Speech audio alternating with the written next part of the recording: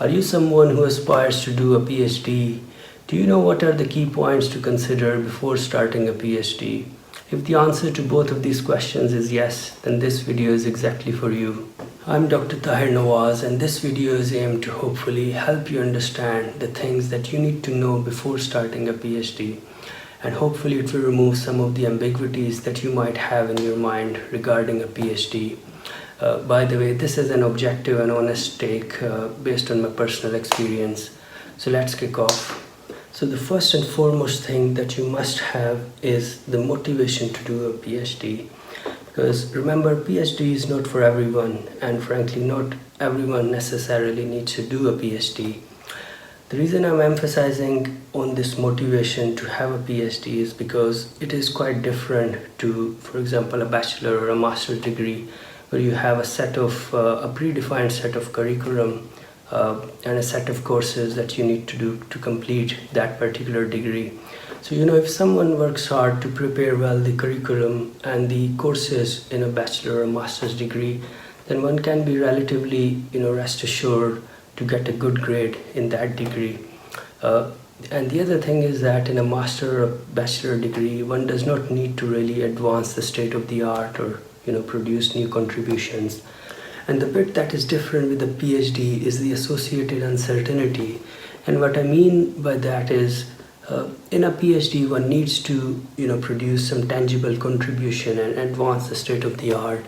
And it could be possible that one works towards solving a problem for a while in a PhD, only to find out that the results that have been produced are not to the desired level.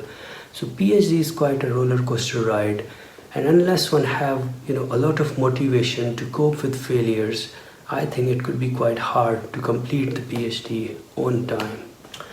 Then the second thing, in my opinion, that you must get right is the choice of the topic of your PhD. So while making this choice, you must ensure that you have a keen interest in the topic that you're going to choose for your PhD.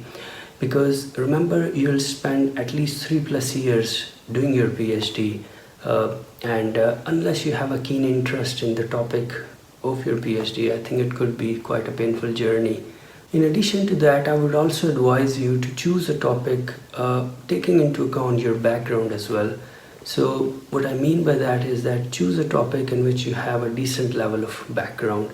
Not a lot, but a decent level of background would definitely help. The reason I'm saying that you do not need to have a lot of background in that topic is that you will have substantial time, 3+ years, to really study that topic. So you do not need to have a lot of background, but I think some level of background definitely helps smoothly do your PhD. So I think that is something that you should also consider. Moving on to the third point that in my opinion is very important to consider before starting a PhD is the choice of your supervisor. Because if you have a good working relationship with your supervisor, during the course of your PhD, it inevitably helps. It will improve your performance and it will make your journey really enjoyable. So really put in some thought, in the choice of your supervisor for your PhD. The question that often then arises is whether to choose a supervisor that is well experienced, well established, with a solid publication record already, or to choose a supervisor that is an early stage academic. I think my answer is it really depends, because either one could be very, very good choice, because both have some pros and cons in my opinion. For example, take the case of a supervisor that is well established and well experienced in a particular field. That guy could provide you a very good platform in order to really achieve some good publications. But often such supervisors, they could be very busy. So the drawback is that that supervisor might not be very easily reachable. Whereas an early stage academic, often they are found to be more involved with their PhDs and they are more reachable. So in some cases, they could be helpful.